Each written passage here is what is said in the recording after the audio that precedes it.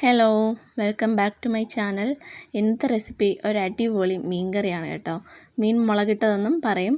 കാരണം നമ്മളിത് തേങ്ങ അരച്ച് വയ്ക്കുന്ന മീൻ കറിയല്ല, മുളക് കറി ആയിട്ടാണിത് വയ്ക്കുന്നത്. അപ്പോൾ കപ്പയുടെ കൂടെയും ചോറിൻ്റെ കൂടെയൊക്കെ കഴിക്കാൻ നല്ല ടേസ്റ്റാണ് കേട്ടോ ഈ ഒരു മീൻ കറി.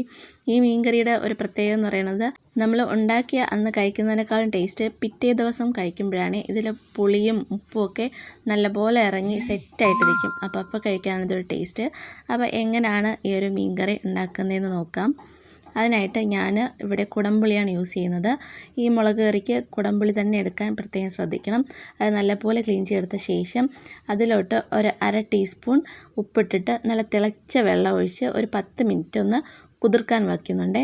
അപ്പോൾ ഇത് നന്നായിട്ടൊന്ന് മിക്സ് ആക്കിയിട്ട് ഞാനൊരു 10 മിനിറ്റ് ഇതൊന്ന് കുതിർക്കാൻ മാറ്റി വെച്ചിട്ടുണ്ട്. ഇനി മീൻ കറി ഉണ്ടാക്കാനായിട്ട് ഒരു ചട്ടി അടുപ്പത്ത് വെച്ചിട്ട് അതൊന്ന് ചൂടായ ശേഷം അതിലോട്ട് കുറച്ച് വെളിച്ചെണ്ണ ഒഴിച്ചു കൊടുക്കുന്നുണ്ട്. ഈ വെളിച്ചെണ്ണ ഒന്ന് ചൂടായി വരുമ്പോൾ അല്പം ഉലുവയിട്ടൊന്ന് മൂപ്പിച്ചെടുക്കുന്നുണ്ട്.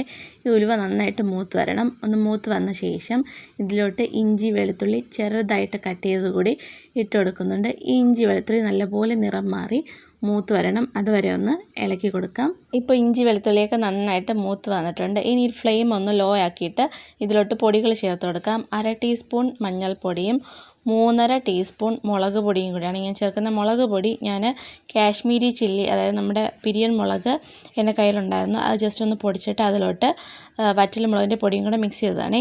ഈ പൊടികളുടെയൊക്കെ പച്ചമണം ഒന്ന് മാറി വരുന്നവരെ ഒന്ന് നന്നായിട്ട് മിക്സ് ആക്കിയിട്ട് ഇതിലോട്ട് കറിവേപ്പില കൂടെ ഞാൻ അതിനിടയിലൊന്ന് ആഡ് ചെയ്ത് കൊടുക്കുന്നുണ്ട്.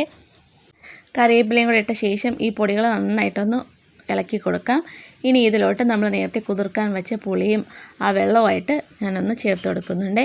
ഇതും കൂടെ ചേർത്ത ശേഷം ഒന്ന് മിക്സ് ആക്കിയിട്ട് ഇതൊന്ന് തിളച്ച് കുറുകി വരണം. ഇപ്പോൾ ഇതൊന്ന് തിളച്ച് കുറുകി നല്ല സെറ്റായിട്ട് വന്നിട്ടുണ്ട്. ഇനി ഇതിലോട്ട് നമ്മൾ പച്ച വെള്ളമല്ല, നല്ല തിളച്ച ചൂട് വെള്ളമാണ് ചേർത്ത് കൊടുക്കുന്നത്. അപ്പം ഞാൻ ഗ്രേവിക്ക് ആവശ്യമായിട്ടുള്ള നല്ല തിളച്ച ചൂടുവെള്ളം ഇതിലോട്ട് ചേർത്ത് കൊടുക്കുന്നുണ്ട്. ഇത്രയും ചേർത്ത ശേഷം നന്നായിട്ടൊന്ന് മിക്സ് ആക്കിയിട്ട് ഇത് നന്നായിട്ട് ഒന്ന് തിളച്ച് വരണം. തിളച്ച് വന്ന ശേഷമാണ് നമ്മൾ മീൻ കഷ്ണങ്ങൾ ഇടുന്നത്. അപ്പോൾ ഇത് നമ്മുടെ ഗ്രേവി നന്നായിട്ട് തിളച്ച് വന്നിട്ടുണ്ട്. ഞാനിതിലോട്ട് മീൻ കഷ്ണങ്ങൾ എല്ലാം ഇട്ട് കൊടുക്കുന്നുണ്ട്. മീൻ നമുക്ക് ഏത് മീൻ വേണമെങ്കിലും ഈ ഒരു രീതി വയ്ക്കാവുന്നതാണ്. ഇനി ഇതൊന്ന് ചുറ്റിച്ച് കൊടുത്തിട്ട് ഞാൻ സ്പൂൺ വെച്ച് ഈ മീൻ കഷ്ണങ്ങളൊന്ന് നന്നായിട്ട് ഗ്രേവിയിൽ ഡിപ്പ് ചെയ്ത് കൊടുക്കുന്നുണ്ട്.